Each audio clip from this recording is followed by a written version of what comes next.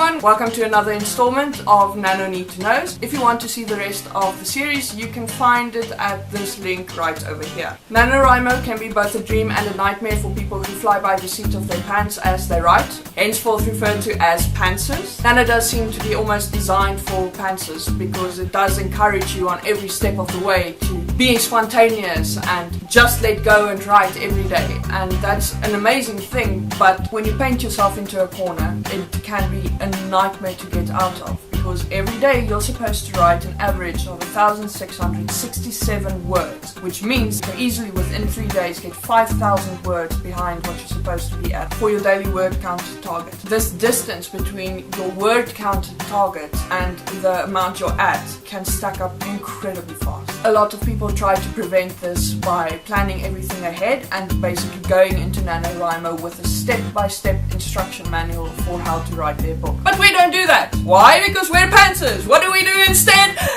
We get stuck a lot. This is what we often call writer's block. But we don't have to approach writing this way. We can actually borrow from plotters and use the things that they do that work for us in a way that benefits us without actually resorting to plotting. The big thing about plotting that I do see as an advantage is the fact that they know where they're going at all times. Pantsers have a tendency to think that this is incredibly boring. We're looking at it wrong. Just because we know where a story is going doesn't mean that we know how we're going to get there. And in the process of writing a story, the journey is much more important than the ending itself. What does this have to do with NaNoWriMo? Well, I'm going to suggest that pantsers might want to have a few things settled in their minds. Some suggestions that I would have would be the goal, the conflict, the stakes. You're going to find that these three things are going to keep coming up in my suggestions because these are the foundations of your story. If you know these, you can basically create any scene in your story and still drive the plot forward, because as long as it progresses one of these three things, it progresses your plot. But maybe knowing all this is actually going to feel too much like plotting to you. That's also a possibility, and so I have another suggestion. That is that you actually really, as a pantser, need to know exactly